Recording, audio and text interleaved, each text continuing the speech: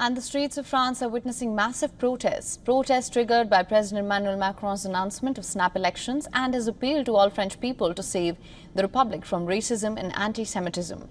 Macron's decision, that was not dictated by any constitutional need, has thrust the country into turmoil. Take a look.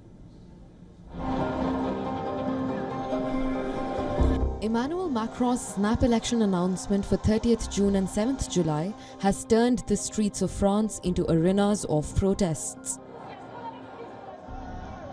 On Saturday, the government said 250,000 people turned out to protest, 75,000 of them in Paris. Many feared the elections will produce France's first far-right government since World War II.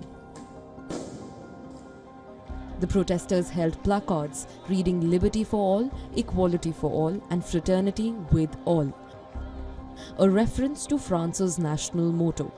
Some also chanted "Free Palestine, Viva Palestina" and "Vor que fea" scarves. Police in Paris reported numerous attempts at damage by protesters.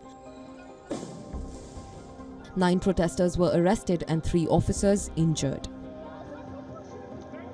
In some places, the police used tear gas against demonstrators. In the city of Nice, crowds are gathering daily ever since the anti-immigration national rally led by Marine Le Pen and her far-right rival Eric Zemmour made historic gains in the European Parliament elections. Macron will be the president until 2027. He will remain in charge of foreign policy and defense.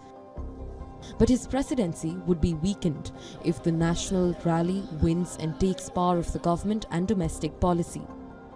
To prevent the National Rally Party from winning the upcoming elections, left-wing parties finally have agreed to set aside differences over the wars in Gaza and Ukraine and form a coalition.